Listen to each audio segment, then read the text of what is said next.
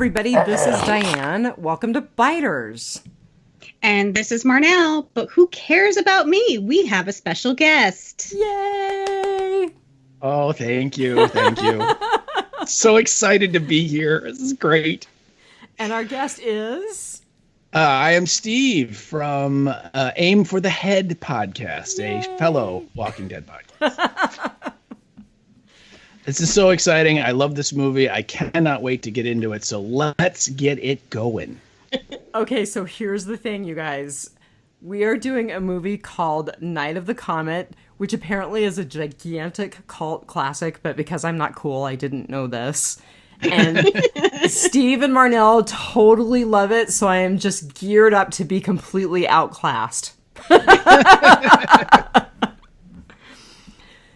Well, hopefully we will change your mind as this podcast goes along. Man. And you will also drink the Kool-Aid and join us. One of us. Yes, there we go. I think I'm just old and crabby. All right, so Night of the Comet, released in 1984. Steve, since you're the guest, give us your rating.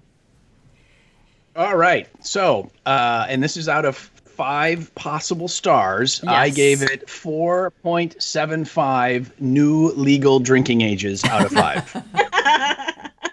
But you still have to have ID. ID is still required. You still will need to show IDs. Come on, guys. Let's be real.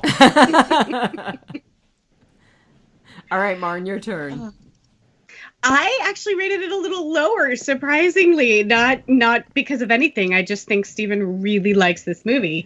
I rated it a 4.65 MAC-10 submachine guns. Why? Because they were practically designed for housewives. That is true. Just remember, Daddy would have got into Susie's. Which was an improvised line. It's so great. Yes. That actually, one of my favorite lines is the one right after it, where Reg is like, "The car didn't know the difference." So, what did you put, Diane? Oh, don't hate on me, you guys. All right, here it comes. 1.47 bloody wrenches out of 5. Wow. Way to bring down the curve, right? Boy, yeah. Guys, it didn't retain my attention at all. And I actually read through the Wikipedia plot summary today thinking, did I miss something? And I was like, no, I really didn't miss that much. Wow. I'm sorry. Okay, so we're doing the podcast with Buzzette Killington here. Okay. I don't think that's what they mean by flatten the curve, Di. Yeah, right. No, not at all. But I do have some cool stuff about the numbers and about trivia, which, I mean, you guys probably know. I didn't know any of this, so, and I'm totally failing at being gender neutral. I'm going back to my you guys slang, because that shows my 80s origins. Right there with you. Right? Yep. Oh, man, you guys, I had a transgender patient this week, and I just love this patient to death, but this patient uses they and them as pronouns. And I was like, I have to tell you, I'm not being insensitive, and you and I have had this conversation before, but if I fail at they and them, it's because in my brain, those are plural pronouns. Exactly. I agree. I agree. I struggle with that too. I'm like, I'm not sure what's the right answer here. I try to use folks. I try not to use guys. I try to use folks, but there you go. All right. So the numbers. So I was actually really impressed with this. $700,000 budget, 14.4 million gross. Yep. 6 weeks in the theaters. That is a giant profit. Yep. Right. And they pulled it early because there was another movie, another big time movie that came out, and I'm blanking on what it was in 1984, but they had to get it out of the theaters earlier than they would have. Oh, to make room for whatever this big release was? Yep. Oh, how interesting. So who knows what the profits would have been if they let it stay? Exactly, right. Well, and the other thing that I thought was really interesting, which I'm sure you both know, is that it got produced because Atlantic Releasing Corporation wanted to capitalize on the success of Valley Girl and Repo Man, and they kind of thought this was a one-off in that vein. Mm-hmm. Mm-hmm. And it was also one of the first movies to have a PG-13 rating. Mm-hmm. Okay. That tracks, because I believe that was 1983 is when PG-13 was created, so okay. And I've got to be honest, there were a couple times it was a little sweary, and I was like, this is such an innocent little movie. Did they just really say that? Yeah, they do. They get a little blue at some parts. So yeah, and I thought that Sam's scene in the bathroom of the radio station, I was like, I think I see nipple. You know, you did see nipple, and I called that the mandatory contractual nudie slasher scene. But I agree that it is very like standard 80s horror movie. We have to have, you know, the really good looking girl get undressed at some point. But my question whenever I see that is, what is she gonna like take a bath in the sink or something? What is she doing? Right. Well, it was a nightmare, so who knows what she was actually thinking, exactly, right? Yeah. It is a dream. It's a dream within a dream. So there is that. But still, it's always, I'm so weird. I always get weirded out because I'm like, what? Why? What are you doing? And, you know, she's definitely not like 15 or 16 or, no. Yeah, exactly. So would it have been Starman or Dune that knocked it out of the theater? Oh, man. I think Dune. It might have been. I honestly, I was listening to Tom Eberhardt's commentary on Friday. I watched it again, and I just put his commentary in to see what stories he would tell. And he was talking about that. And for the life of me, I cannot remember what it was. So let's go with Dune. Sure. Well, so I knew I was outclassed when I started reading some of the critics' commentary on it because it got a great review from my beloved Neil Gaiman. Yes, it did. So in 1985, he said, "It's one of the most amusing, witty, imaginative, and thought-provoking films I've seen that was made with no budget, and is also cheap exploitation," which is that I thought was weird. I didn't quite get the cheap exploitation comment. He had me until that comment. Yeah, I don't know what that took a hard left turn right there. It did take a hard left turn. Yeah. I don't know if it was because of, you know, like the whole cheerleader, like teeny bopper. Maybe he was Valley thinking Girl. It was an exploitation film in the vein of black exploitation films. I don't know, but maybe it's just a reference to that, you know, style of filmmaking, which was very prevalent there. The B level movies, right? Very low budget, made really quick, guerrilla film style. And it just sort of fits right into that. When you look at this movie, you can tell that they did not have a lot of money to make it. And yet it still came out as good as it did. You know, almost everybody involved with it, when they are talking about it, they say when you watch it, it looks much more expensive than it actually cost. Mm-hmm. And that's awesome. You know, that's what you want. I do think that empty clothes with red dust, that was a fairly clever way to deal with everything cheaply. Yeah. Oh, yeah. And then they put the red filter on the camera for all of the external shots, so the sky has that red color to it. Yeah. You know, yeah. And again, really simple and easy to do, and cheap. It was interesting. I was watching a little commentary from our featured cast member. And she said that they actually shot some of the very first scenes on Christmas morning because it was the only time that they could get those city shots that where it truly was empty enough that they could get empty streets. Mm-hmm. Yeah. Yeah, and they did not shut down. They didn't have the money to shut down traffic, so they would literally have someone involved in the crew, you know, a block away with a walkie-talkie, and they'd be like, "Okay, you know, it's clear, go." And then they would, you know, film for a minute or something, and all right, car's coming, stop, you know, and yeah, oh yeah, absolutely. But they did an amazing job of it because now during the pandemic, I think we can all kind of relate to those empty city streets, and it definitely has that feel of that creepiness of just there is no one outside, Right. Yeah.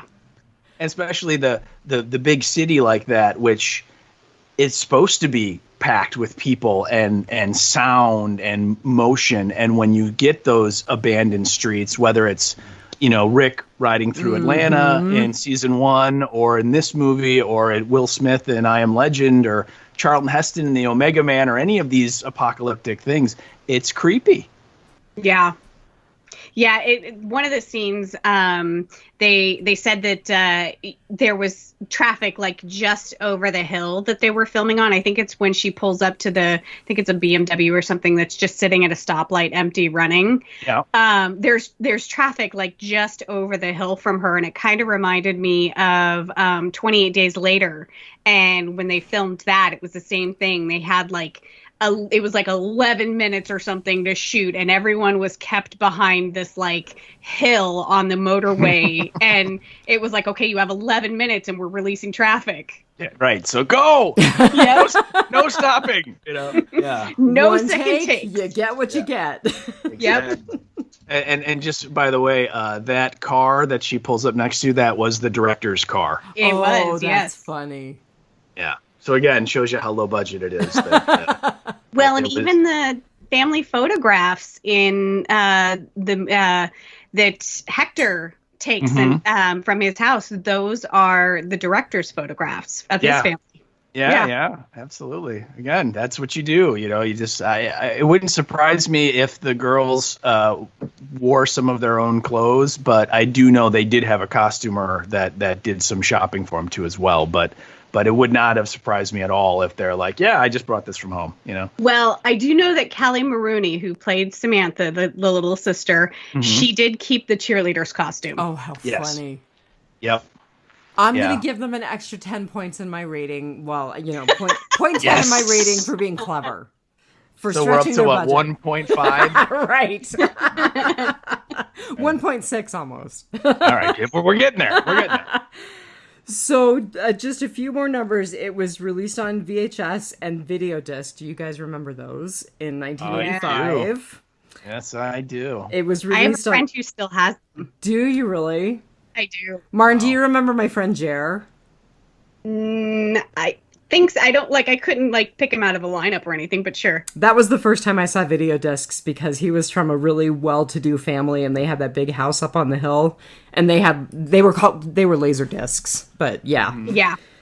Okay, so it was released on DVD in 2007 and it was released on Blu-ray in 2013. In 2009, it was number 10 of Bloody Disgusting's top 10 doomsday horror films. Mm-hmm. You guys both know this, I'm sure. Sam, her character was actually a huge influence on Joss Whedon when he created Buffy. Yep. Okay, I actually did not know that until I did the research for this watch. Ah. And okay. That, it totally explains to me why I love this film. Yes. I would have thought you would have known that because I know you're a giant Buffy fan. Yes, I'm a giant Joss Whedon fan, but it's one of those things where if you could only watch one series for the rest of your life, it would be Buffy. Just hands down, no question, really? Buffy. Oh, yep. Man. That's really interesting because for me, I first of all, I only had room in my life at that time for one supernatural show with good-looking girls, and so I was a Charmed guy. Oh, I binged that years later and loved it. Oh, I did too. It's awesome. One of my favorite shows. Yeah. But I love the movie Buffy. Yes, so for me, too. Christy Swanson is my Buffy. Thank you. No. Yes. No. Yes. Oh, blasphemers. Christy Swanson, the late Luke Perry, Pee Wee Herman, Paul Rubens, Yes. Donald Sutherland and Rutger Hauer. I mean, it's a great movie. And Really that is fun, one well of written. The best soundtracks. I love that soundtrack. Yes. Yeah. Oh, and David Arquette. Benny, you're floating. Sorry, Marn. Like you brought it up with me by naming off the cast, but I still that is not my Buffy. I'm so glad that Joss Whedon was like, no, we're not doing that for the series. Isn't that funny? I bought all of Buffy and all of Angel on DVD off of eBay because I wanted to binge it, and I still haven't gotten past the first season of Buffy. I'm so sorry. I know. Wow. All right, and you both know this, but I will tell you this first before I say this person's name. When I was looking at Reggie, I was like, that looks exactly like the girl who played Nancy in Nightmare on Elm Street. And it turns out, of course, you both know Heather Langenkamp, who played Nancy on Nightmare on Elm Street, actually auditioned for Sam's role. She did. Yeah. Yep, she did. Yeah, that is true. Although Kelly Maroney, when she was asked about it, she kind of downplayed it and said, back at that point in the 80s, everybody was auditioning for everything. I'm sure. And so they would, she's like, you would see the same, 10, 15 people at all these, auditions all the time. So it's really cool, like a weird little bit of trivia, but I think it's probably something that was very common at that point anyway. They all kind of knew each other. They all like, oh, hey, what's up? Did you book anything? All that kind of stuff. So, it is interesting. I bet you Catherine Mary Stewart and Kelly Maroney probably both auditioned for Nightmare. Probably. Yeah, I believe they did. Yeah, quite, truthfully.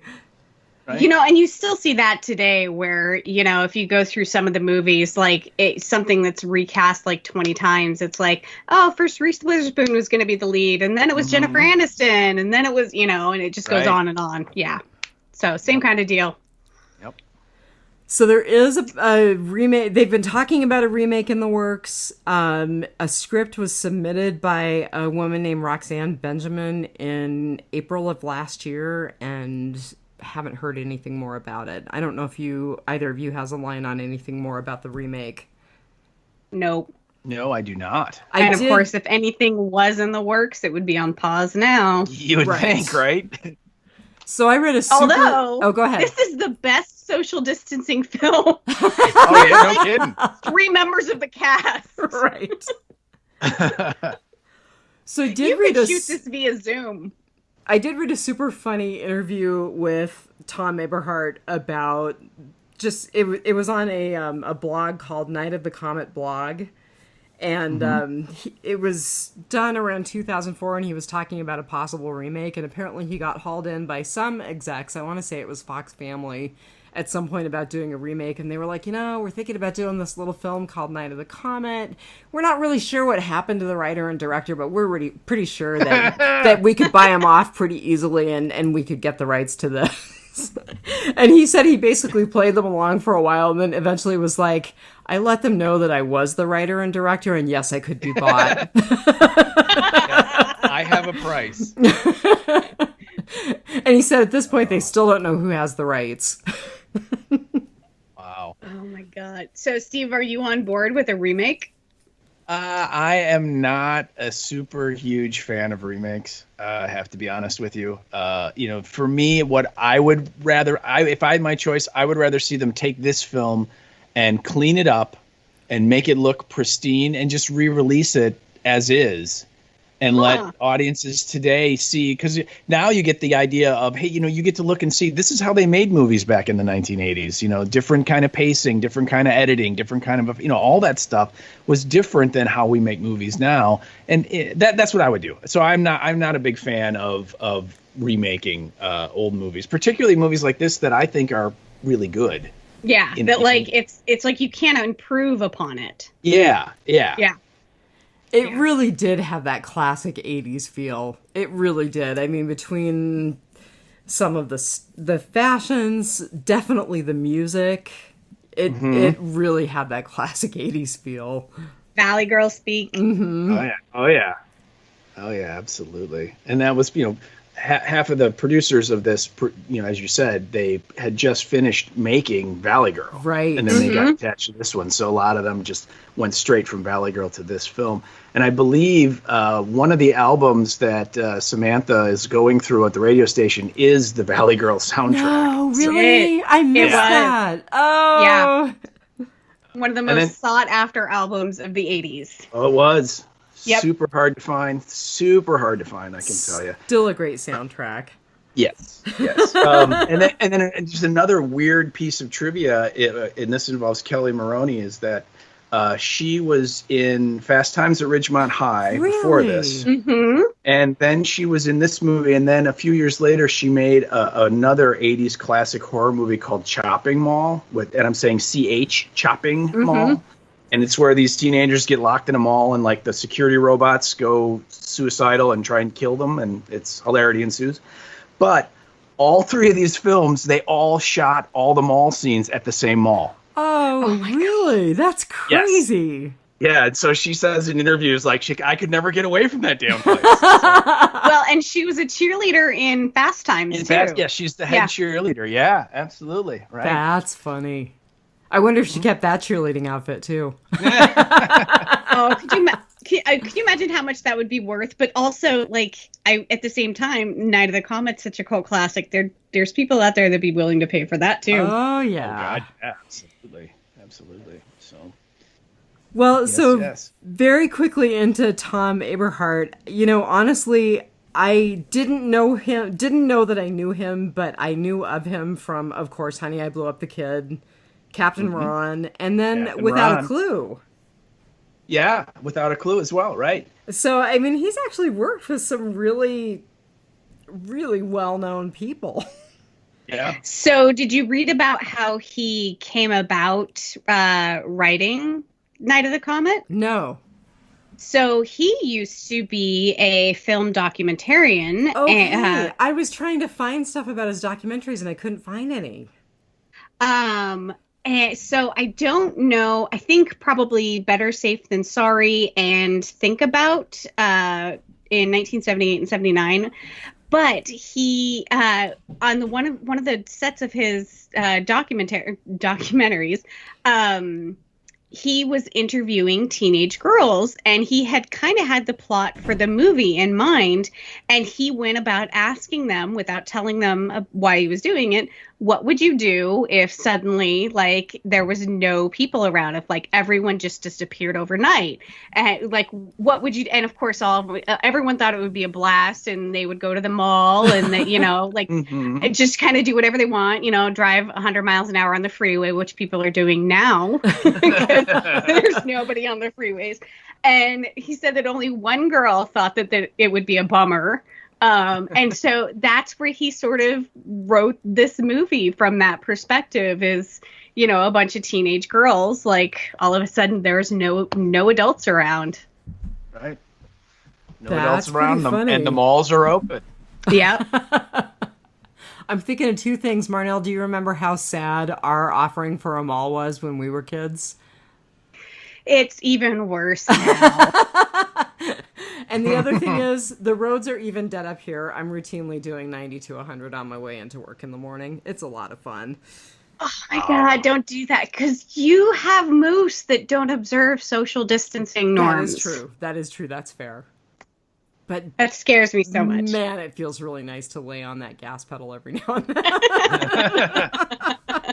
I too would also suggest you slow down. I don't do it a lot, and I don't do it for long periods, but man, it feels fun every now and then. I have a Dodge Charger, and she's a lot of fun to drive, so nice. Yeah.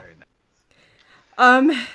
I have a little bit of trivia. Oh, please. About this movie. Because you have the DVD. And the Blu-ray. I have both, baby. I also have an original movie poster. Oh, that's awesome! Oh my gosh! So, and I keep hoping that that Catherine Mary Stewart and Kelly Maroney and some of the other cast members, Robert Beltran or Mary Warmoth, whoever, will come to Chicago so I can get them to sign it, which would be really cool to meet them. But this trivia though just goes to the source material, and Eberhardt doesn't really reference it as much as I thought he would, but this is actually based on a story that was written in the 1950s called, and you'll recognize it, I Am Legend. No way, again? Yeah, which is written by a guy named Richard Matheson. And Richard Matheson wrote a bunch of Twilight Zone episodes. I believe he wrote the Terror at 20,000 Feet, which is the one with William Shatner with the monster on the wing of the airplane. There's a man on the wing. Right. And then when they remade the Twilight Zone movie, they did it again, and John Lithgow played it. Yeah. And so he wrote a lot of stuff, and he wrote this story called I Am Legend, and this is actually the third out of 4 screen versions of that story. That is crazy. I had no idea. And just for a weird zombie Walking Dead connection, George Romero, for years and years and years in interviews and everything, when he talked about what influenced him to write the original Night of the Living Dead, he always went back to the novel I Am Legend, where the vampire guys basically at night come out, and Robert Neville is in his house, and he's boarded up his house, and he's in there, and they're so weak they don't have any strength, so they're just sort of banging on the doors and windows trying to get in, which is very much what you see in Night of the Living Dead and in really every zombie movie that's ever been made since then. So yeah, there is even a weird connection to what we do when we're talking about the Walking Dead shows as well. So. Wow, that's pretty cool. Yeah, absolutely. Well, so do you guys want to talk about our featured cast? Oh God, yes. Of course. And Steve was first to the message to say Catherine Mary Stewart, but I wholeheartedly agree.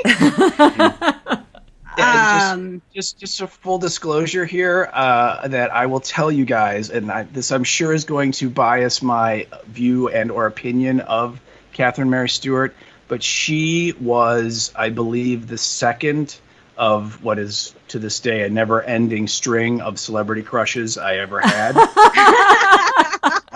So yeah, I think she is just unbelievably awesome. So yes. Well, she was super cute in this movie, and I've got to say, I looked at some recent stuff, and she has aged so well. Oh yeah. 61. I was going to say, she just had a birthday. She just turned 61, and she looks amazing. Yeah. Mm-hmm. April 22nd, 61. Yep. Yeah. Should we all be so lucky to look like that? But I mean, she had a good start with those blue eyes and that hair. Oh my God. Yes. Her hair is unbelievable in this movie. And I had to laugh that the people from the scientist group, the 2 women were like, "Did you see that hair?" Hey, that's actually my good in this movie. Oh, that's funny. Yes, it's she's amazing, and what's great about it is that right after she finished this movie, she made another genre science fiction film called The Last Starfighter, which is another great movie. Yeah, it is. That was a great movie. I can't believe you think, Diane. Like, wow. I remember that movie well and really enjoyed it. But I think it's a little more my genre, quite honestly. She's so great in that as Maggie, the frustrated girlfriend, particularly when the robot is pretending to be her boyfriend because he's off saving the universe and he doesn't know anything about girls or relationships or anything. Oh, it's so great. Yeah, those 2 movies was where I first saw her on Days of Our Lives. Yes, so did we. Yeah, as little Kayla Brady, yes. And then she came out in these 2 movies, and yeah, I was smitten. There was no going back. So yeah, so I think those are probably her 3 biggest things. Well, okay, plus, but I gotta dive back. You have a Days of Our Lives connection too?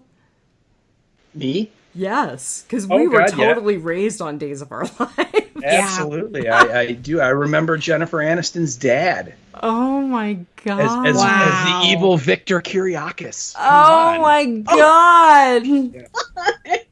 Yeah, for me, it's really kind of funny that there was a girl I liked in school, and I asked my dad, how do you get a girl to like you? And his advice was, well, find something you have in common, and then you'll have something to talk to her about. And I found out she watched Days of Our Lives, and so I started watching Days of Our Lives, and the relationship with the girl fizzled out rather quickly, but I kept watching Days of Our Lives. Oh my god, that's so funny. Yeah. That's the best. I would say probably my most vivid memories of Days of Our Lives were the whole Marlena possession story. Oh my god, my yes. god, that was so funny. Yeah, that and Bo and Hope. Yes, I just remember always Bo Bo and and Hope. Hope. Oh, Yeah. Yeah. Good Oh stuff. my god, and how then funny. Kimberly and Charles Shaughnessy from The Nanny, who turned out to be, he was like Victor's butler, and he turned out to be like a secret agent. I love soap operas. They're so awesome.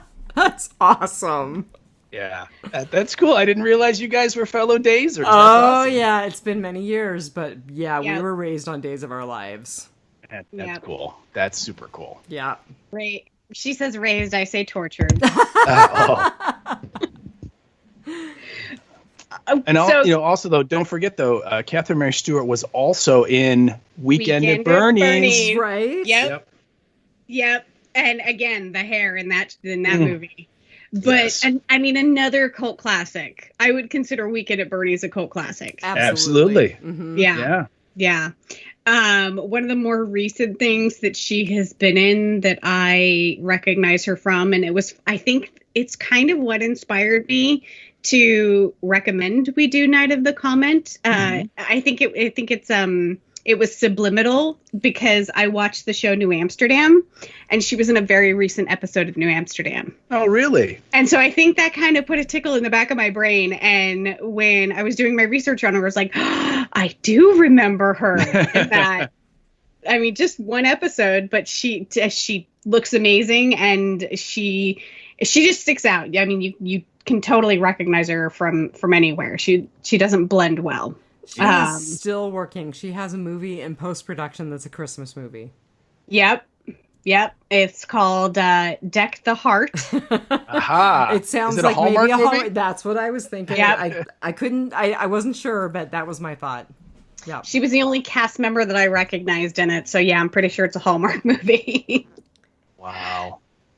She is a mother of two, and she can be found on Twitter at CMS All, Catherine Mary Stewart. And also, if you go like her Twitter, it'll pretty much take you mostly to her Instagram. So she's also on Instagram at Catherine Mary Stewart. And she's kind of a normal person. She lives in Brooklyn, New York, and just, that's where she makes her life. She seems to enjoy puzzles a lot during this pandemic downtime. Yeah, Brooklyn's hard hit, so she's probably not going out very much. No. Yeah, no. But she actually got her start in film, television, and theater in London, where she was studying dancing. Yeah. And she was cast as the lead in the musical The Apple. And from there, she moved to Los Angeles, and she was cast as in Days of Our Lives. And it's so funny because her little bio on Twitter is actor, Weekend at Bernie's, The Last Starfighter, Night of the Comet, and the original Kayla Brady on DOL. Yeah. So everything we know her from. But she actually quit Days of Our Lives to pursue a film career, and her first role was her first major role was Night of the Comet, and then of course The Last Starfighter, and from there it just took off. So this is kind of her big start, and you kind of see why. I think she did great. I mean, for a kind of a low budget kooky zombie film in the 80s, she was a pretty serious actor. Yeah. Oh yeah. And I go ahead.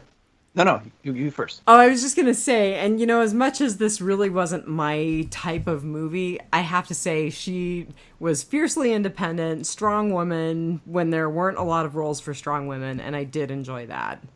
Mm-hmm. Yeah. Yeah, I think one of the amazing things about this movie is that not only is the main character a very strong, independent woman, but the two main characters are strong, independent women, and you're hard pressed to find that in movies today. Yes, that's very true.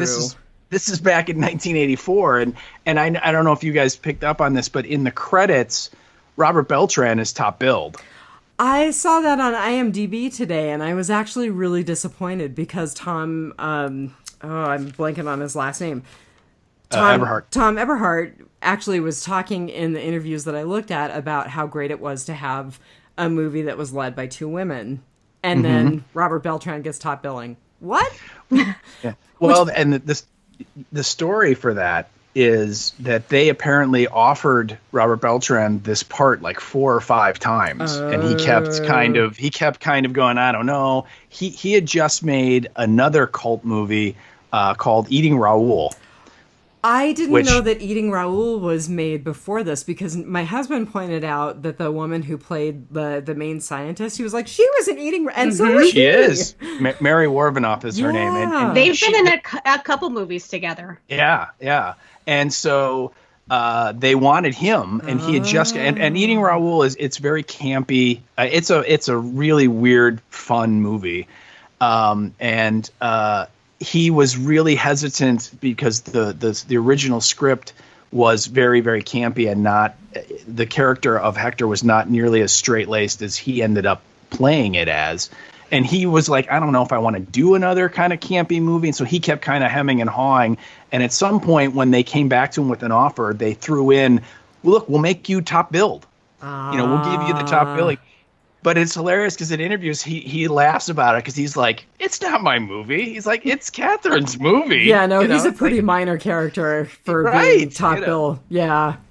Although I do have to say he's Chakotay in Star Trek Voyager, which was the best part of Voyager for me. So yeah, that is true. So yeah, very strong sci-fi connection with him. Yeah. Yeah, I think the quote was he didn't want to play Hector as just another cholo.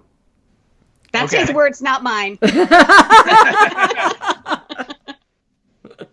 Because we're trying to be gender neutral and culturally appropriate. Correct. Yeah. That's funny. Well, anything else about Catherine Mary Stewart before we go briefly into Whisperer's Corner? No. The only other thing I would say is, and this is for both, because Kelly Maroney was on Ryan's Hope, the soap opera. Oh, that's initially. Funny. And actually, Tom Eberhardt has said that the fact that they both worked on soap operas for several years really actually was a plus, because this movie had such a tight budget and such a small shooting schedule that they were, routinely putting in 15, 16-hour days to try and get all this stuff. And I don't know what you guys your knowledge of how they make soap operas, but it is literally you get one take, and they say in an interview the only time you stop on a soap opera shooting is if you swear. And so that was like what the actors would do if they like totally screwed up and can't. They would drop an F-bomb or something, and then they have to cut and start over. But other than that, you don't stop. And they joke about it like, the set falls down behind you. Doesn't matter. You keep going. That is funny. I mean, I kind of figured that's the way soaps are shot. That makes sense. Well, yeah, with 5 new episodes every week. It's not one episode a week. It's every day. It's a new episode, right? And I feel like they didn't have seasons back when we watched them. It was 52 weeks a year. Yeah. And you could always tell, like, when somebody like suddenly wasn't on for a week, it's because, like, well, obviously they're on vacation. Right. That was their week off, right? But anyway, that kind of training and experience of, you have very little time and you got to get it right away, and whatever they throw at you, just got to take it and do it, really came in handy with shooting this movie because of how tight it was. And Tom Eberhardt says, no matter what we told those girls to do, they're like, okay. So yeah, it turned out to be a real plus. That makes a lot of sense. I mean, it really does.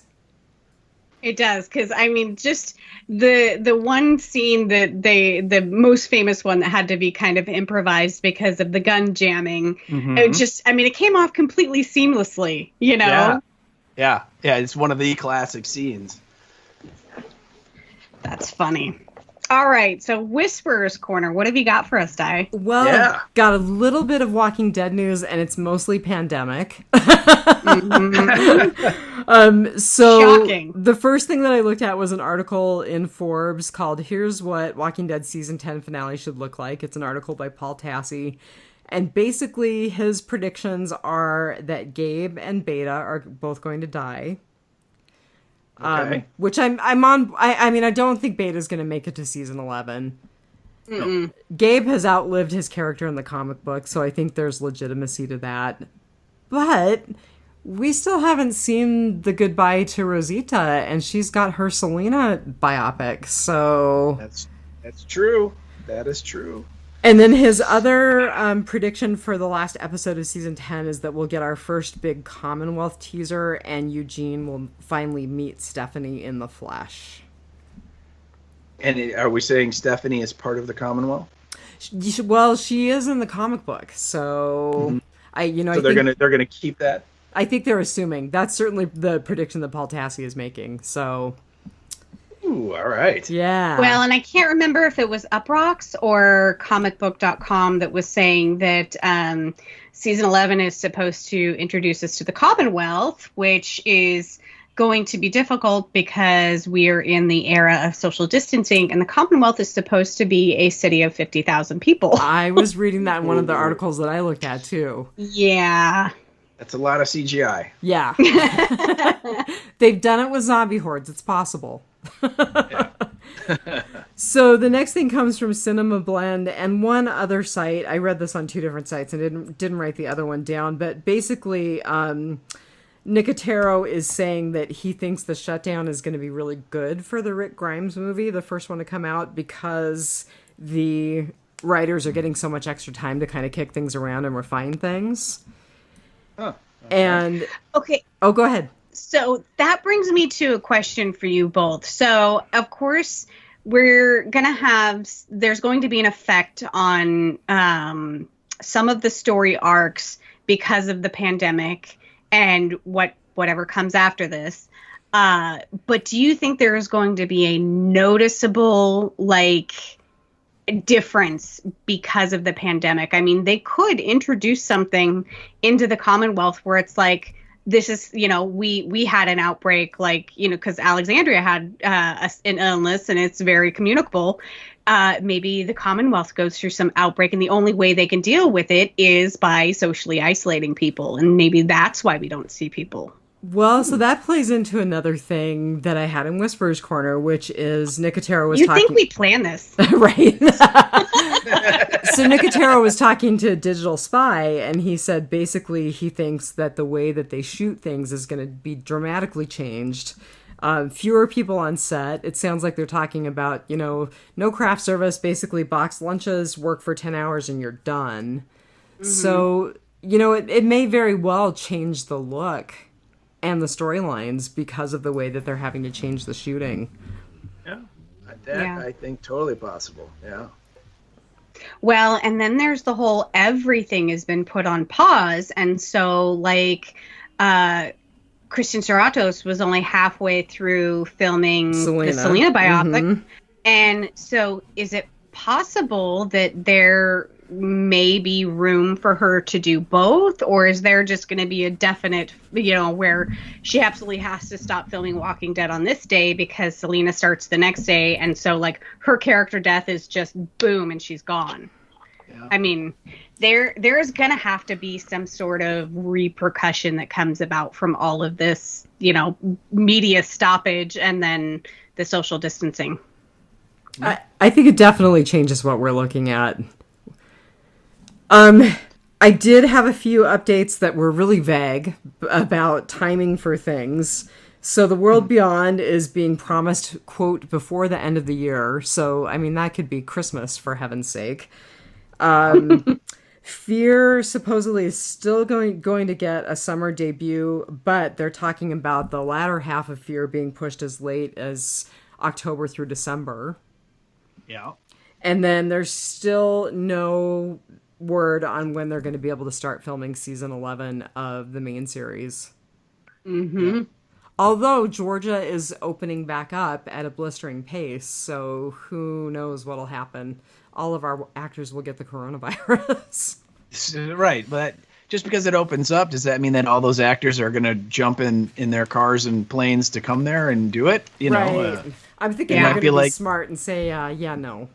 Yeah, right, exactly. So my uneducated, uninformed guess, and I'm basing this on absolutely nothing, is that the World Beyond will premiere when the main show normally premieres. So October-ish, like late October-ish. Yeah. That's my guess. And then that will run its run because it's already in the can and ready to go. And then I think their AMC is banking or hoping that as it's doing its run, they will be able to resume working on Fear so that Fear can follow it or maybe join it before it ends. And then the main show will start shooting as well, and then that will come in 2021. That's what I was just thinking. So we probably won't see the main show until we would typically be watching the back half of the main show. Yeah, God, it's Game of Thrones season 8 all over again. Yeah. So I think that's where. But don't be concerned that much about Walking Dead because I think almost all of our shows are going to be like that. Yes. Yeah. I think Diane and I talked about it on an earlier podcast where I think you're actually going to see a lot of television shows that got a pilot season shot but not aired. You're going to see a lot of those come out, I think. So there may be some second chances going around. Speaking of which, Cudlitz posted on Twitter today that something that he did a pilot for got picked up. Ooh, yay! Yeah. I loved Kids Are All Right. I was very disappointed when that show didn't get renewed. You know, I heard that was wonderful. Yeah. And it was fun. It's another one that just, I haven't managed to make it to the list. Let me see if I can find out what the series Cudlitz is talking about is. So Friday Night with the Morgans got picked up also. Yeah, so, my gosh, I just realized I haven't watched the Coleman Domingo one, and I missed it again today. Oh, my goodness. It's so funny. It's the best one. So I've watched the Coleman Domingo one and the one after. Yeah. And the one after is still pretty good, but the Coleman Domingo one is the best. I think he needs to be a regular. Oh, very good. Doesn't he have his own show, though? Yeah, no. Isn't that what you guys were saying? It's Bottomless Brunch with Coleman. Yeah. And so it's on Sundays, and it's streamable from AMC, so that's how I'm going to have to go back and watch it, because I just realized it's Sunday, and I missed the second episode. Okay, so Cudlitz says, so I found out on Friday that my pilot for Clarice at CBS was picked up for series, so when it's safe to go back, we will. Hopefully it's soon. Could not be more proud to be working with this talented team. So I'm guessing it's a Silence of the Lambs thing. Ooh. Yeah. So it's going to be serious. Interesting. All right. Yeah. That could be cool. Yeah, very much. All right. I did like the show Hannibal. The show Hannibal was pretty good. Yeah, you like that? Yeah, it was super disturbing. Yeah. But yet it had a very big cult following, though, too. It was never a big ratings hit, but the fans that liked it were very loyal. Okay, and the cinematography snob in me was visually stunning. Yes. Yeah, it looked like a movie. It really did. Yeah. All right. The only other thing I've got in Whisperer's Corner is that WeGotThisCovered.com actually says that John Bernthal is coming back for the first Rick movie. Oh, cool. Yeah. And apparently, I mean, we all knew that Denai Guerrero was going to be in the Rick movies. It sounds like Norman Reedus, JDM, and Kaylee Fleming are also signed up to appear at various points in the Rick movies. Oh, interesting. Flashbacks, dream sequences. What's going on? Yeah, Drug trips. I mean, I definitely think that Denai and Kaylee could be real time, Yeah. Yeah, I could see that. So, Steve, we do Housewives Corner where we kind of talk about our Walking Dead, non-Night of the Comet kind of stuff. So I will lead off by saying that we actually have our plane tickets for Fandemic, thanks to Marnell. We're still hoping Fandemic is going to go off. All right. I still haven't gotten the reservations for the hotel. I've got to get on that. You only have 5 months. Yeah, but you should really do it sooner rather than later, because if they have like a block of rooms reserved at a Those are special gone. rate, oh, are they already gone? Yeah. Okay, yeah. Yep. But there are lots Yeah. of smaller hotels within very short walking distance of the center where it's being held. So we'll probably go to one of the smaller ones. Yeah. Yeah, I just need to get online and book it. Maybe I'll do that tonight.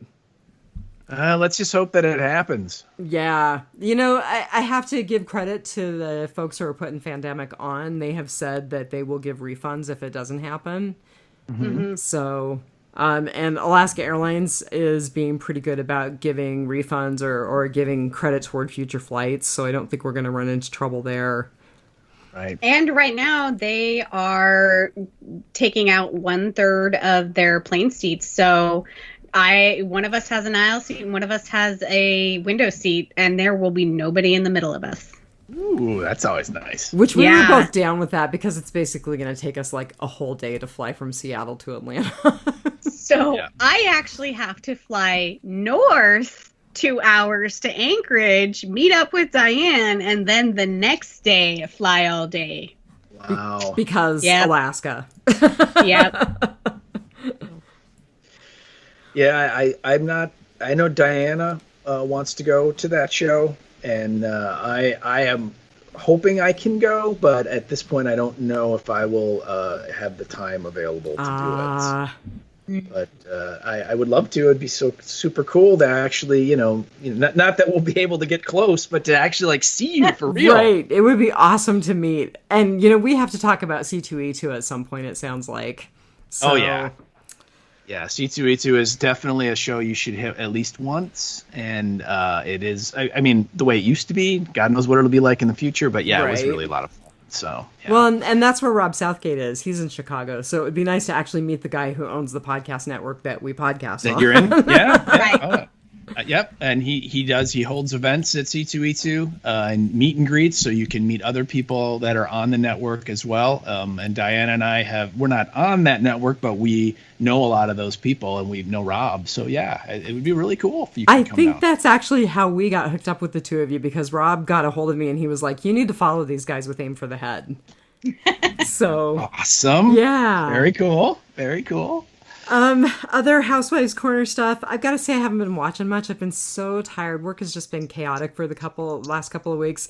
But I did watch a super creepy episode today of 48 Hours, which is a news show on CBS, where they talked about Israel Keys, who is an Alaskan serial killer who was just insane. Really? Yeah, so that was super creepy. Did you lock your doors? No, because he committed suicide in jail in 2012 or 2013. Yeah. Well, his ghost could still be walking around. Right? Oh, man, he was nuts. So, Steve, he would, bury kill kits across the country. He, staged all of these different areas where he could potentially do kills. And he would literally, years ahead, bury a kill kit and then go back and use it.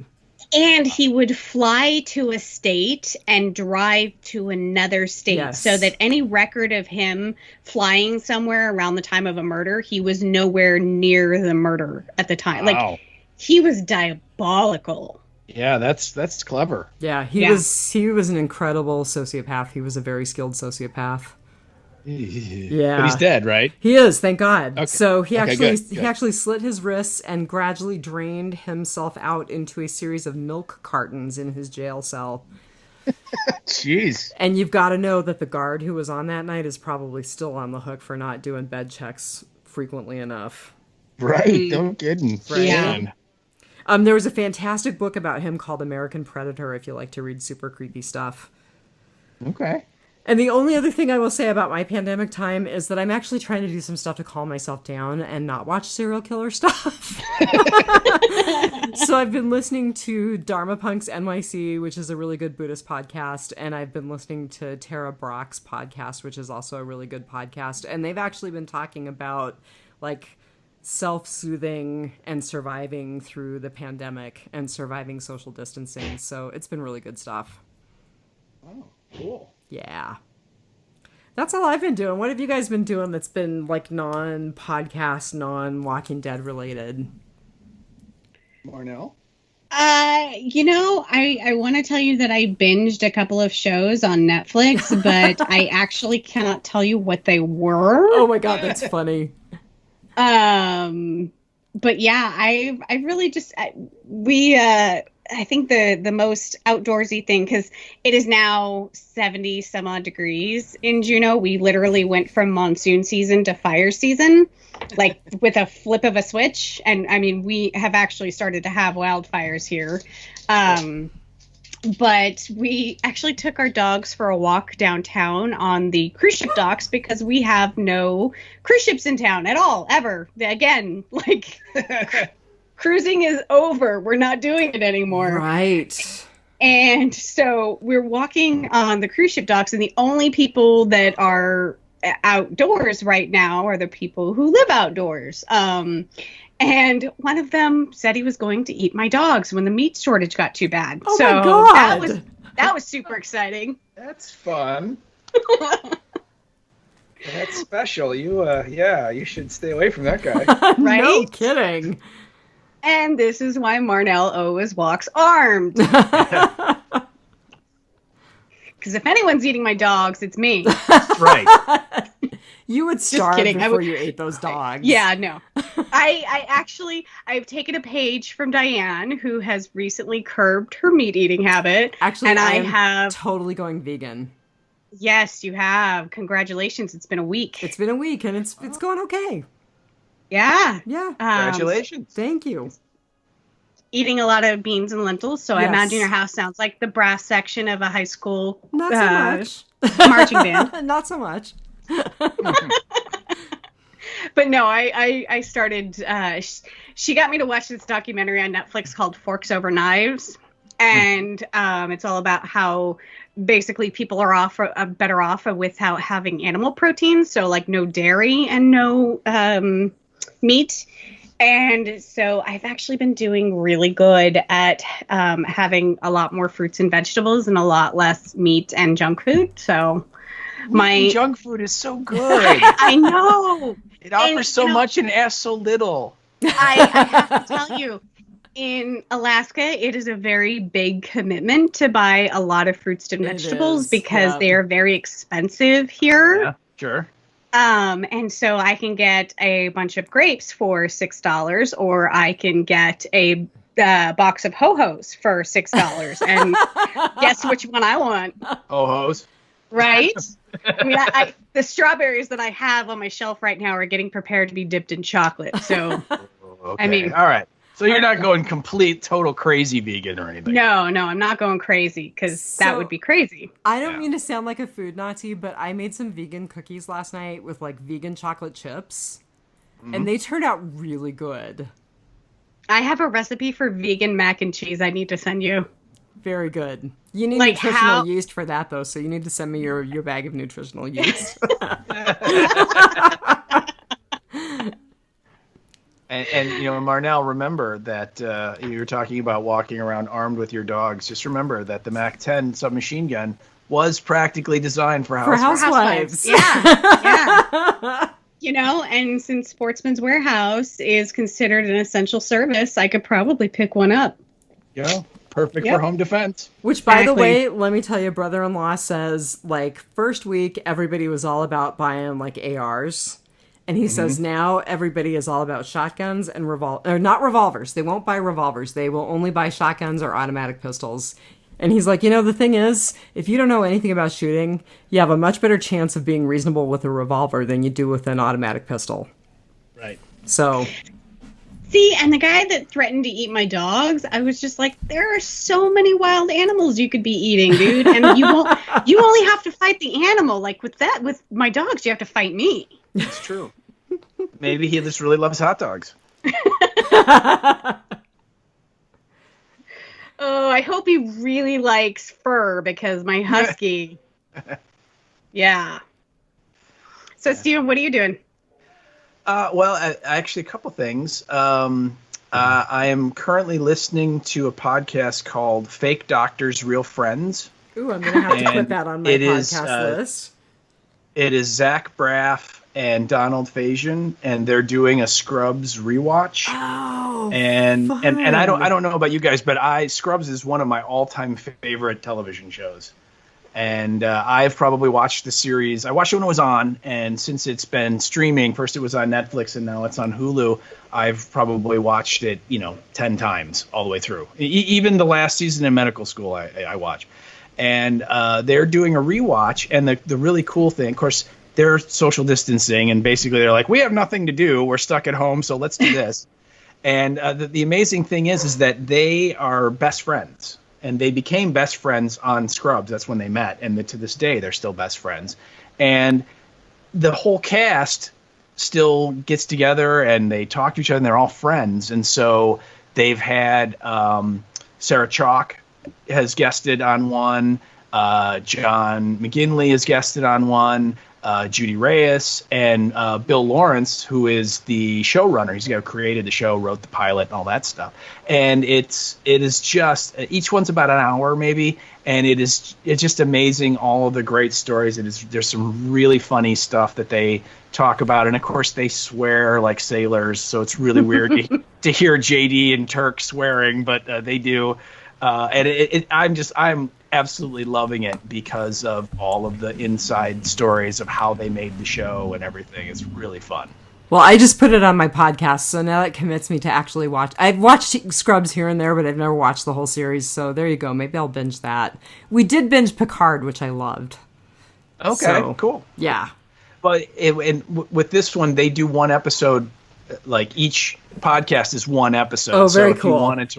So if you wanted to watch the pilot and then listen to the one they talk about the pilot and stuff that happened, and that might improve your enjoyment because you're like, I remember that because I just saw it or something. But very good. And then the other thing is I binged a show on Amazon called Upload. That was such a good show. Oh, I really liked it. It's got Robbie Amell, which is the Green Arrow, Stephen Amell's little brother. Yep. And he actually was on The Flash for a little while and Legends of Tomorrow. So he has a little experience in the CW Superverse. But yeah, it's kind of it's like I could see where like the people that made this like watched The Good Place a lot, and then kind of went, yeah, let's do something like that because there's definitely some similar ideas going on.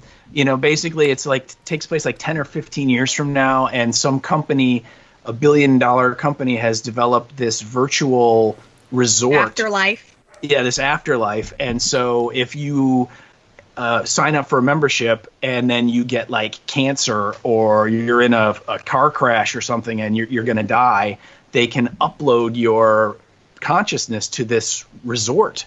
And you can live, it's kind of like heaven, and you get, you can do whatever you want. And the amazing thing is that you can still talk to people that are alive. They can call you, they can get VR suits and come visit you and, all kinds of stuff. So it's not quite like the sort of religious idea of heaven that, you're there, but you can't interact with people who are still alive on Earth type thing.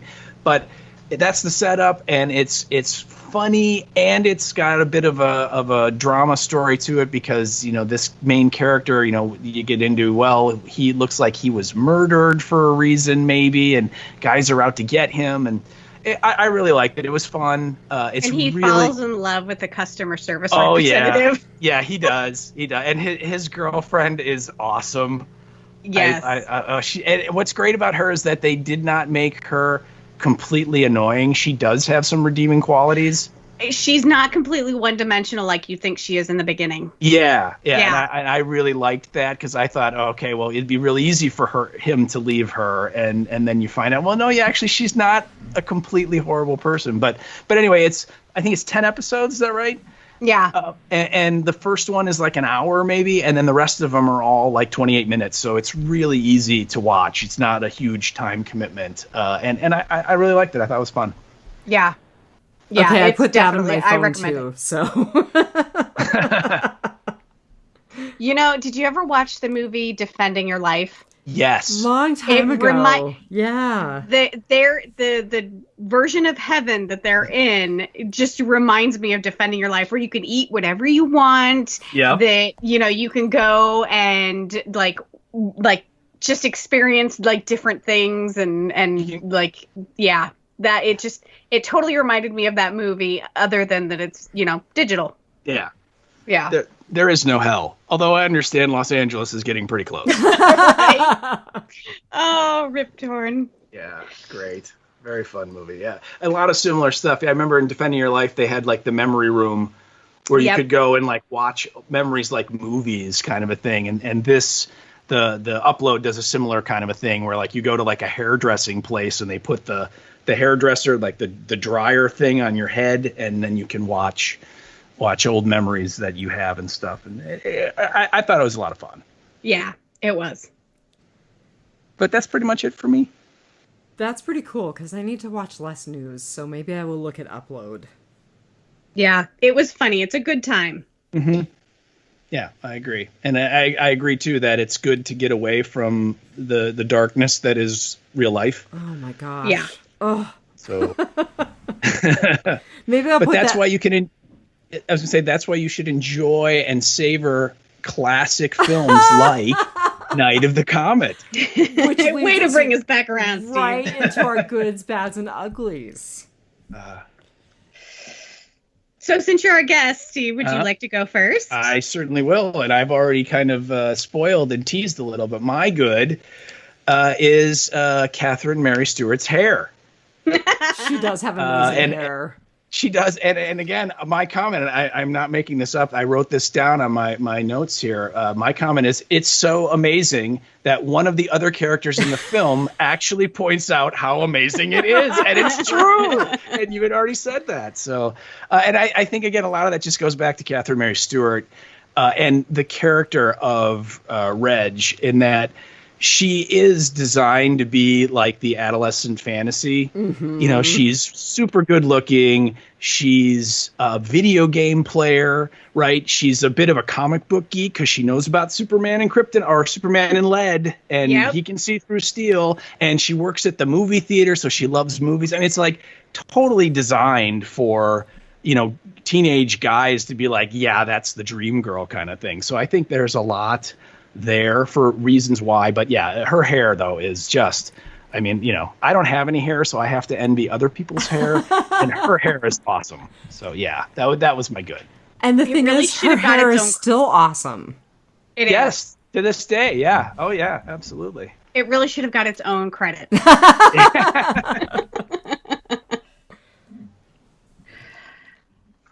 Marn? So my good, we've actually also already talked about it, is the two lead female protagonists.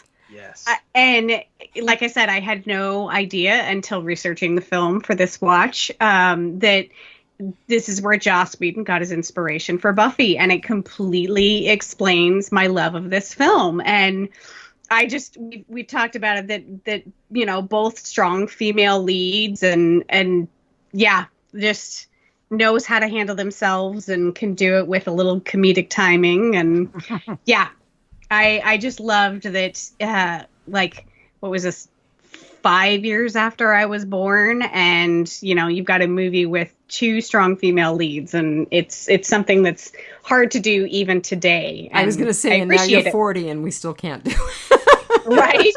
Yeah, it's and what's great is that they're totally completely independent. They don't need anyone. They don't need to be rescued. And I know how silly that is, because clearly Hector comes to rescue Reggie at the end, but she was already getting out on her own anyway.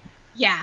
You know, Yeah. so but again, yeah, that's what's just so cool about it, is that they are completely independent and are not the standard damsel in distress. I mean, Reggie's first thought was like, "Hey, do you know where this Air Force base is? Because they store a bunch of guns there." Oh yeah. Right on, girl. Right. Yeah. Like we don't care about food. Like the clothing scene was an afterthought. Like it was just like, we got nothing better to do. Well, we meet Hector. You know, the Yeah. other thing that's really interesting, and I didn't think about it until just now, but they mention the dad. They don't make a big deal about him. He's not in the movie. They do away with the stepmom pretty quickly. So Oh, yeah. that just kind of establishes both of those characters as independent characters that much more.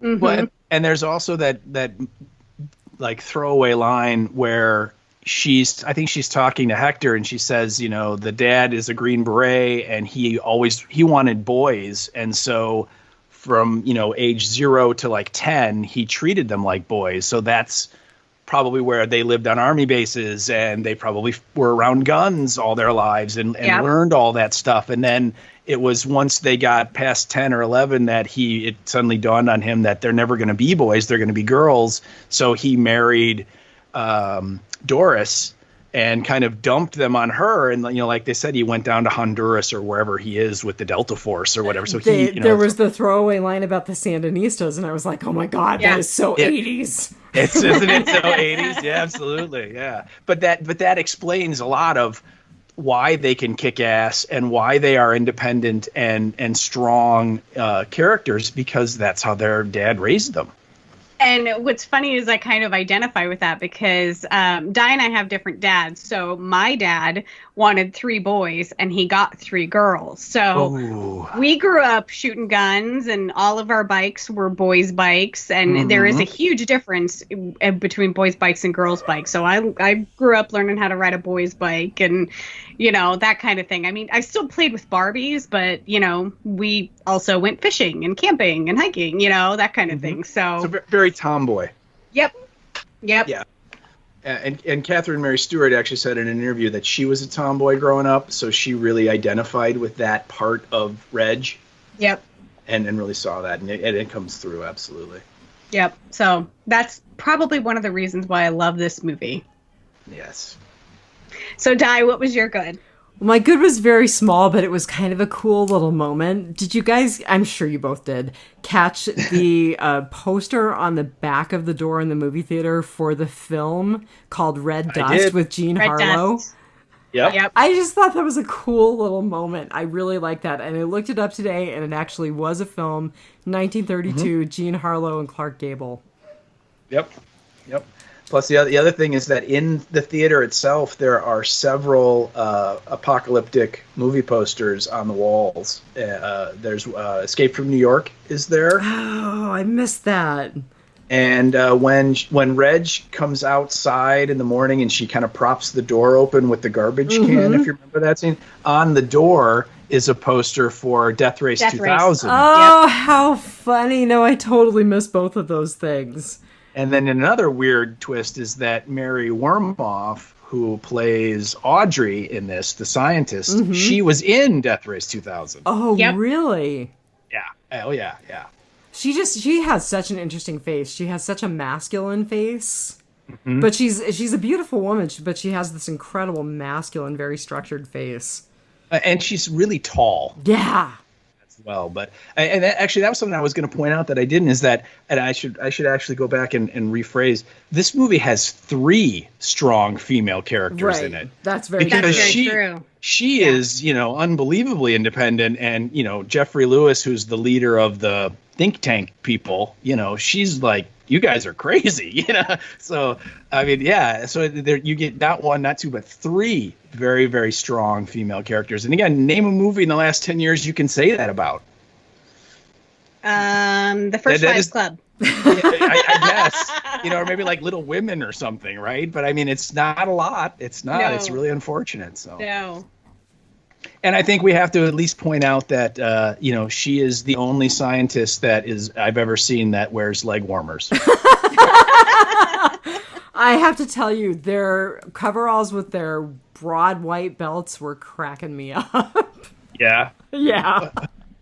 what I think is really funny is that there's like 8 of them total, yet they all have to have their names on their uniform. And they're supposed to be like super geniuses. It's like, you guys can't remember your names. There's 8 of you. Maybe they did that just so they got the right uniforms when they went through the wash. I guess. I don't know. But yeah, that always strikes me as so weird. It's like, if there was 100, maybe, but there's like 6 of you. What are you doing? Yeah. Oh, that's funny. All right. Do you even have a bad, Steve? I do. Okay. I do, actually. My bad is the budget for the movie. Okay. And again, I think, what did you say it was, like 700,000? 700,000. Yep. Yeah, and I've heard other people involved say it was as low as 500,000. Oh, really? Okay.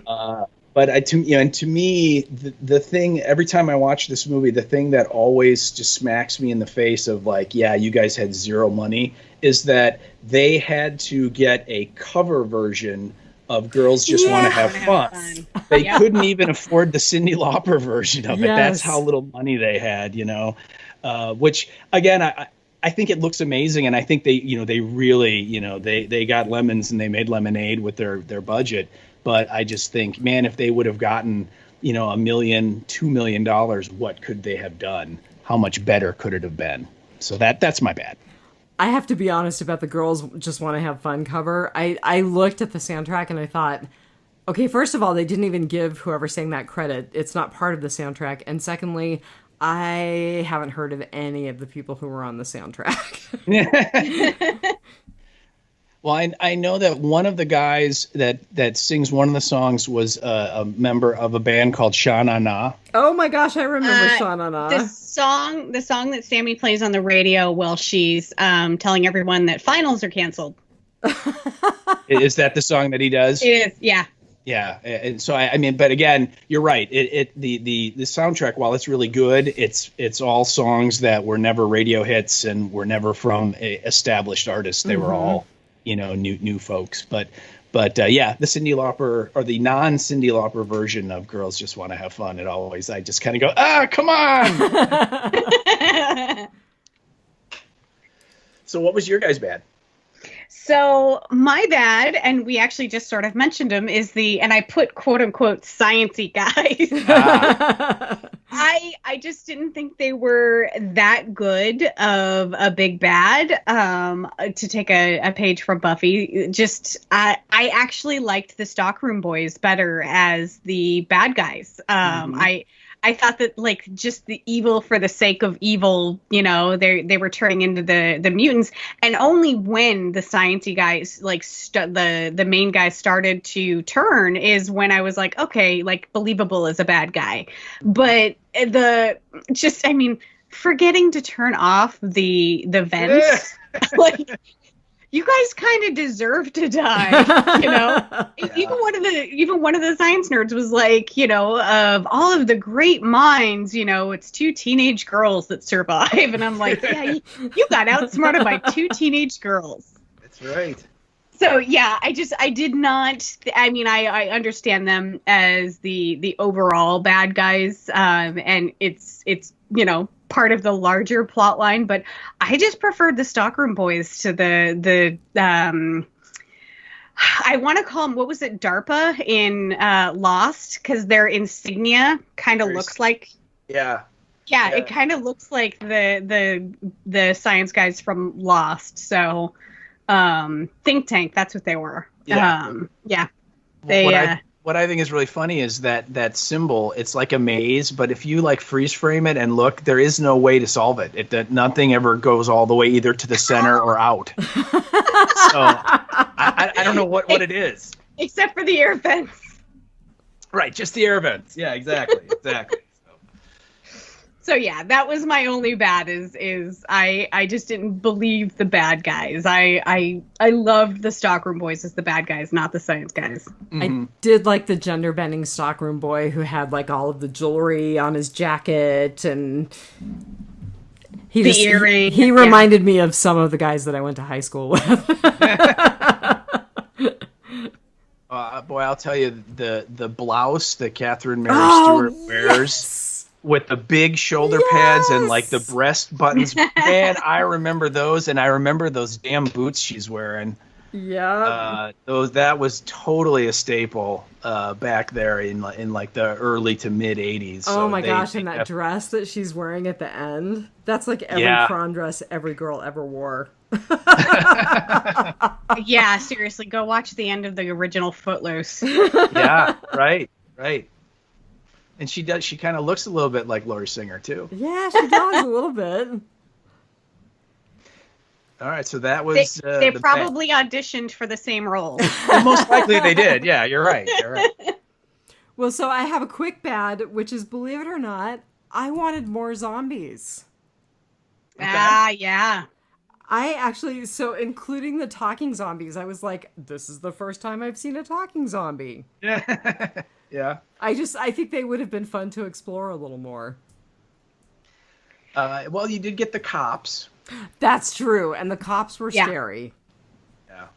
Yeah, that's one of my favorite bits there when she has the shower in the bathroom scene we were talking about earlier, and the cop comes up behind her and he pulls out a switchblade, and what he tells her, he goes, "This is for your stepmom, bitch," and then he stabs her. Which I thought was a great little way to connect you're having a nightmare, kid. But yeah, so we got those. We got the guy with the wrench at the beginning. I love the guy with the wrench. He was a great character. Yeah. And then the kid. And then the little kid. Yeah. Which is actually the woman who played their stepmom, Doris, in the movie. That was her son in real life. Oh, funny. I believe. Originally, Hector was supposed to have just a mental breakdown at his house, and that's how his kind of thing in his house should have gone. But they added the kid zombie. Okay. Yeah. Yeah. And I believe I read I heard with Tom Eberhardt that in the first pass of the script, the think tank people were not in it. Really? At all. And he said that he got to like page 30 or 35 of the script, and he realized there had to be a bad guy. There had to be something for them, an obstacle, an adversary. And so he went back and wove them into the story. So originally there wasn't going to be the super smart dumb think tank. And then the other weird thing, this is weird, we're kind of off topic, but in the original script, and actually the way that they originally shot it, Samantha dies in the movie. Oh, really? When the scientist puts her down, or? Yes, she was supposed to be dead. Okay. And after they shot that, and of course, they shot like all the scenes in the radio station at one time, because they had that set that was built in a warehouse somewhere in LA. And so they shot that scene. And then after they shot that scene, one of the producers kept telling Tom Eberhardt, you can't kill this girl. The movie's not going to work. And he was like, no, it's going to shock the audience. It's going to, it's really going to, bring home the fact that, that this is really a dire situation and it is the end of the world and, all that kind of stuff. And this producer kept saying, no, they're going to turn on you because they're not going to like the movie. Because, the dailies had been coming in and they'd seen the chemistry that the two girls had and how that, they really pop on the screen. And it's like that people are going to want to see these two make it. They're not going to want them to die. And so we're rooting for them. Yeah. And so they had to change it around. And that's why you get that weird bit where he drives up in the car in the cowboy suit and he motions the guard over to the trunk and the guard's like, oh, she's dead. And he's like, you think so? And then he, the line about the sodium pentothal and all that. So that was all added in at the last minute. And I did read that, and they had to quickly film Samantha's scenes because she was going to shoot something else, and they even ran out of time. And that he was complimented for the scene when Sam is going down in the elevator in the think tank, and you see it just from her legs. Like she walks out of the elevator, and she's like kind of the feet turn one way, and then she like turns and walks the other way, and she's humming something. I can't remember what she's humming, but that was actually a different actress because Callie Maroney wasn't available. Yeah. I also heard that like the bit in the radio station when you see her and she's pushing up all the faders on the soundboard, that was not her either. That she had already left. They had already shot her out, and so that's another, performer or someone in the crew who they put on the cheerleading top and did that scene. So yeah, isn't it amazing all the little stuff you find out about where it's like, yeah, I wasn't there for that. Well, and something that somebody gave him cinematography compliments of just that shooting it from the perspective of her feet instead of the full body. And he was like, yeah, it's because we didn't have a choice. Available. Right. It's like, that was the only thing we could do, but I'll take the compliment. Sure. So, are we into uglies? I think we're into uglies, and this is really lame, and I'm not going to edit this out. I am about to run out of power on my Mac, so you two talk amongst yourselves for about 30 seconds, and I'm going to go find my power cord, or else we're going to lose everything we've done. I'll be back in a sec. Well, this is just a practice run, right? Right. Well, so this is a chance for the two of you to talk trash about me while I'm gone, and I will never realize it. I'll be right back. Okay. So, Steve, what was your ugly? Okay, my ugly, and it's a good ugly, is the dialogue. And I thought that this movie had so many great lines in it, mixed throughout from everybody. Whether it was, Reggie saying, the car didn't know the difference, or when Samantha's on the radio and she does the whole, the legal drinking age is now 10, but you will still need to show IDs. Come on, guys, let's be real. Or when the little girl is being led into the room with the two scientist women and she says, I don't know, my parents told me never to breathe anything from strangers. Right? That's a great line. And then when Reg is being interviewed by the main guy of the think tank, and he asks her if she's pregnant, and she says, I thought I was once, and he's like, yeah, that's not important. And she goes, that's what you think. It was the longest 3 weeks of my life. So I thought there was a lot of great lines in this movie. There was. I love it when Sam got on the radio and she's like, this is Samantha Belmont, 1/3 owner of the Greater Los Angeles Basin, speaking. Yes. That's awesome. Yeah. Yes. Oh, yeah. All right, I'm back. Sorry, guys. All right. And that's what I don't like about dialogue.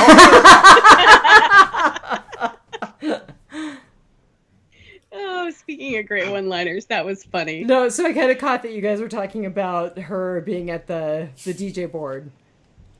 So it was all of the fun one-liners and dialogue in the whole movie. I love it when she holds up the dog's collar and was like, Muffy? Yeah, right. Okay, so that's something else that I wanted to ask you guys about that I caught when I was reading through the Wikipedia summary. So the only people who survived were people who were behind steel? Mm-hmm. Yes. Okay. So how did it happen that some people became zombies and some people didn't? So Marnell, it's you take this one. Yeah, it's a progressive condition where if you weren't directly exposed to the comet, you didn't get vaporized. But if you were exposed to, I guess, the radiation or the dust via like the air duct system or things like that, which is why I think the stockroom guys were sort of slowly turning, is because they were in the stockroom of a major department store, which is probably underground and reinforced, but also gets its air from the outside, as opposed to a garden shed or a projector room that is, probably completely hermetically sealed. Oh, yeah, and Larry even says so because it's what used to be a fire thing, right. Fire code, that the projection rooms had to be made out of steel because of the very high chance they'd catch on fire. So yeah. But if there's red dust laying all over the place, doesn't that mean everyone's exposed, or is it only if you were exposed while the comet was passing? I think it's that. Okay. Yeah. It's people who were not completely surrounded by steel. They weren't instantly reduced to dust, but they're like slowly drying out and they're becoming the ghouls. Okay. As before they finally die. Yeah. Which is why they're all freaked out about Sam having a rash and being so thirsty. Mm-hmm. Yeah. And again, with the idea of originally in the screenplay, they're actually kind of disgusted because it's past their dinner time, but they'll survive. Well, I'll be brief.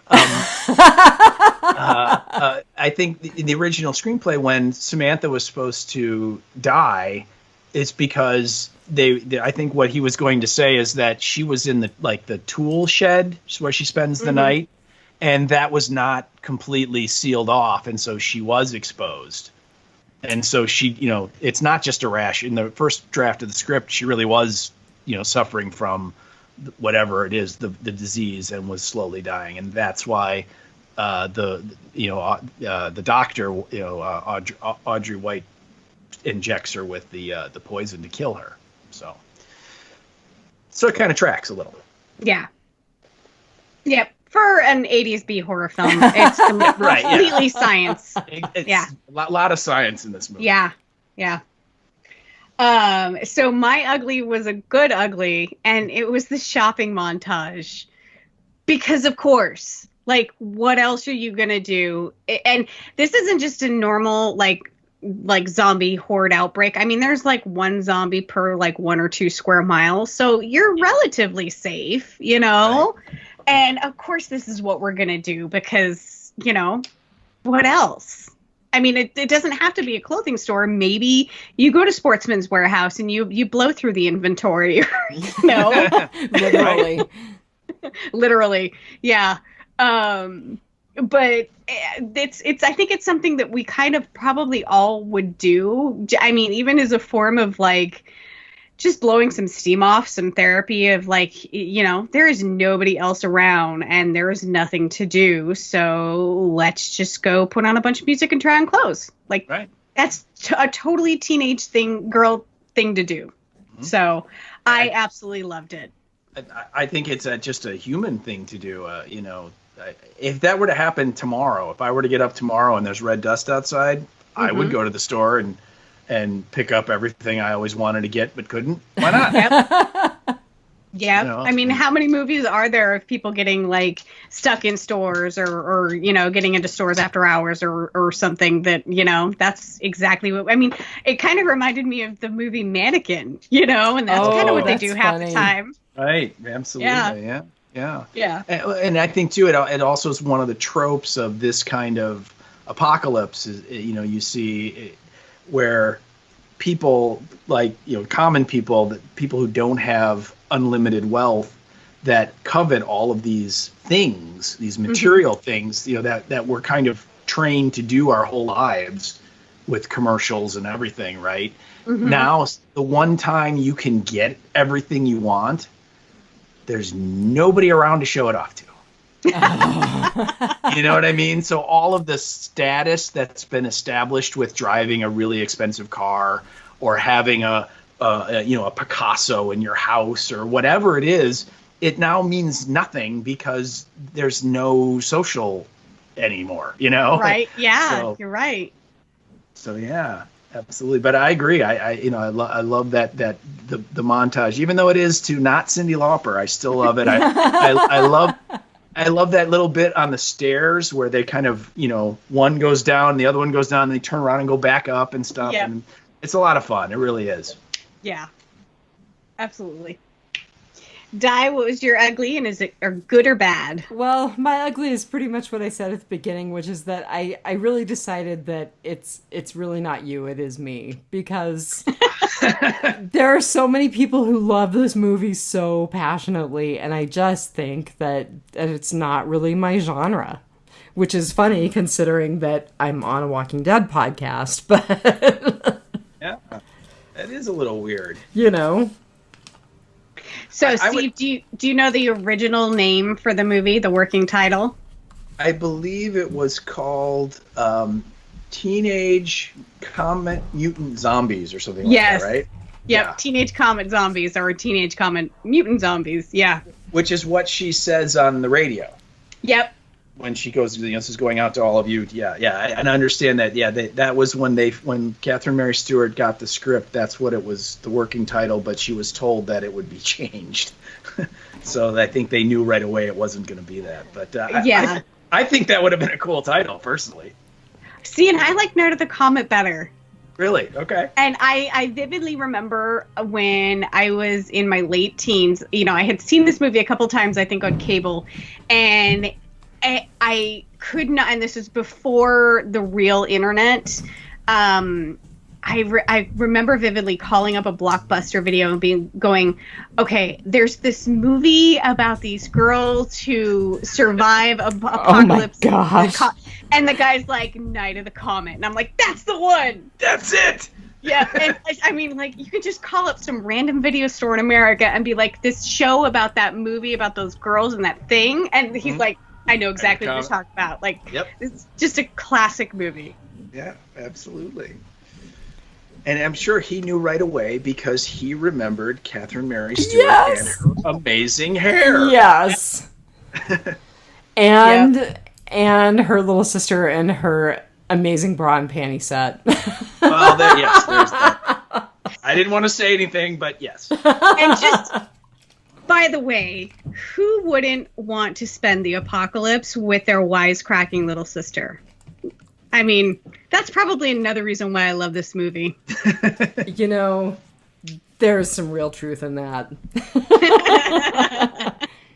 I would definitely put some money down that if, the worst were to overcome us here with this current pandemic, that you two would be, zipping around through the back streets and alleys of Alaska in the Charger, loading up on, special yeast and whatnot.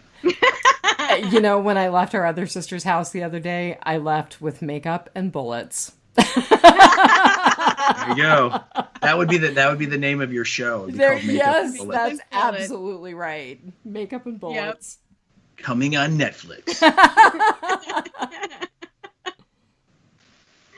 Oh God, that's funny. Well, anything else, guys? I'm wondering, when are we going to do the Last Starfighter review? We probably should. And we also need to talk about when the four of us, and by the way, tell Diana I took one for the team. When the four of us are going to do the second half of season 10. You have to do that in the next couple weeks. I can tell you that I think you guys already know that. I know Marnell already knows this, but tomorrow Diana and I are going to get together and we're going to review the 1993 classic Return of the Living Dead Part 3. I did see that on Twitter. Which I was super lucky in that last year, and now it seems like it was 100 centuries ago, but last year I got to meet Melinda Clarke at a show and had her sign my Return of the Living Dead Part 3 poster, and she was... The comment we always use is delightful, but she really was. She was super nice and friendly, and we talked with her for 15 minutes, and it was real and genuine and not just lip service kind of talking, and so that just made it that much cooler, was that she turned out to be a really nice person. So I'm really looking forward to reviewing it because I really like that movie. I think she's really good in it. It is, again, very, very strong female character leading a movie, and the whole struggle of her going from human to zombie and trying to fight that it's really interesting to see. I was just thinking about you meeting the actress, and I'm hoping that we have moments like that in our future. I'm hoping we have moments like that again. Oh, I know. Me too. I've already had one show in June. There's a big zombie show that was going to have the cast of Return of the Living Dead and Day of the Dead. That was supposed to be in June, and that just got canceled, which I'm bummed about. And I'm really worried about. There's another show coming up in July that there's a whole bunch of different movies going to be there, people going to be there, and I'm worried that that's going to get canceled because you never know, right? What's going to be, what the world's going to be like, and are people going to want to travel, and are they going to allow big, like a convention is like the absolute worst thing you could do now. Yeah. right? I've got to as a be honest. gathering I'm worried about Pandemic, and that's October. I know, right? And it's so yeah, I agree. I think that the chances of us getting back to what the way things were far from. Yeah. And even if they do start occurring again, what does a socially distant photo op look like? Because you're not going to be able to get up close and personal. Right. Yeah, you're not. They're not going to be like. I think I on my FaceSpace page, I for a long time I took a picture. I had a selfie of myself and Melinda Clark. And, she's got her arm around me, and it's like, is that going to happen anymore? Are they going to do that? I don't, if it was me, I wouldn't be super excited about taking pictures that close to like 600 people in a day, Yeah. That is pretty reasonable. Yeah. But, but anyway, back to the original thing. Yeah, we definitely have to get together and discuss that. But we're going to do that movie first. And I think we're going to do a couple other zombie-related films as well. So we got some stuff coming up. But yeah, we'll definitely set it up because it's fun. I do think The Last Starfighter should be in our future. Marnell, I think the Train to Busan needs to be in our future. Yes, and you can actually watch Train to Busan on Netflix. So it's still on Netflix. What I'm going to do tonight. Very cool. Yeah. I'm very curious to hear what you guys have to say because, again, I thought it was a really, really, really cool movie. So I hope you like it. It kind of looks like a World War Z meets Snowpiercer meets Snakes on a Plane. Yeah. Well, they're definitely the fast zombie variety. Ooh. They're not the walkers, the Walking Dead type of zombies. They're World War Z zombies. Yeah, they are. And it makes it even that much. Like I said, that I can't say any more about it because I don't want to ruin it for you. But yeah, there are just some scenes where you are just literally like, oh my god, what the hell are you doing? So, yeah, I think you guys are gonna like it. I hope so. Well, my friend Mike, who I worked with at a record store way back in the day, is my 80s horror movie king. So he was, we were talking about Night of the Comet, and I was like, yeah. And then I said, how about giving us a zombie suggestion? And he said, well, you have to watch The Train to Busan. So I know that's not 80s, but yeah, he's my movie guy. All right. Well, he's not leading you wrong here. So. All right. So we've got some plans for some upcoming shows that we're going to do. Yes, and writers definitely then, check out Steve and Diana talking about Return of the Living Dead 3. Yeah, Steve, where can everyone find you? Well, anywhere podcasts live, you can find us. So on your iTunes or any of the other normal places, just look for Aim for the Head. And obviously, the best way to really see what's going on with us is just to go to Facebook and just type in Aim for the Head podcast. And when you get to our page there, that will connect you to all of the social medias that we follow, the Twitters and the Instagrams and all that stuff. And yeah, so I think we're going to record tomorrow, and it should be up on maybe Wednesday if we're lucky. So relatively soon. Very cool. Yes. So if anyone has any opinions on Night of the Living Dead 3, and I already gave mine. You did. And I'll give you guys a little tease here. And this is, I think, a little interesting tidbit, a little bit of trivia, a little connection to Walking Dead before I go. And that is Melinda Clark in the movie plays a character whose name is Julie and her last name, and I kid you not, is Walker. So there you go. Bob Kirkman, a young Bob Kirkman, probably saw that and went, that's a really good name.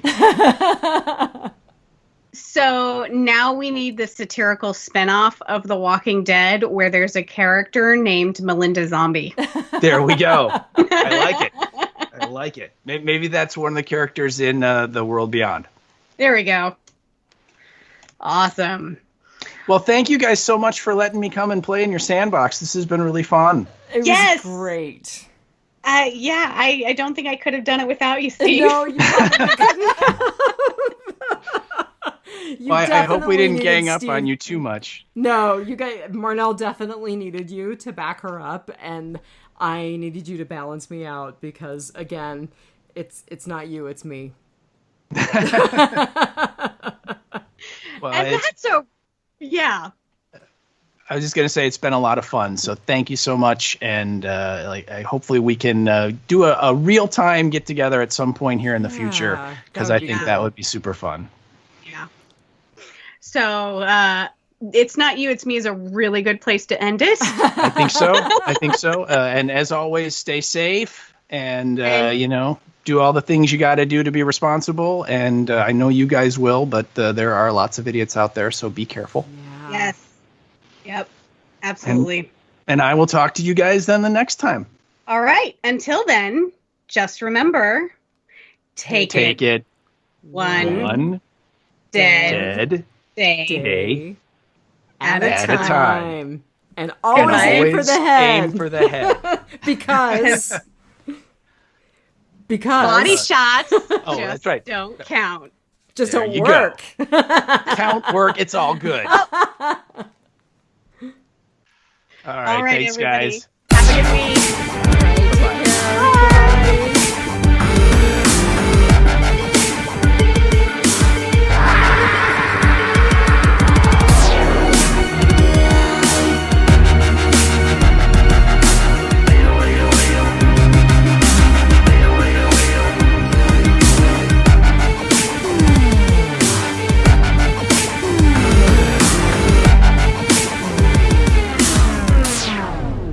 Ugh.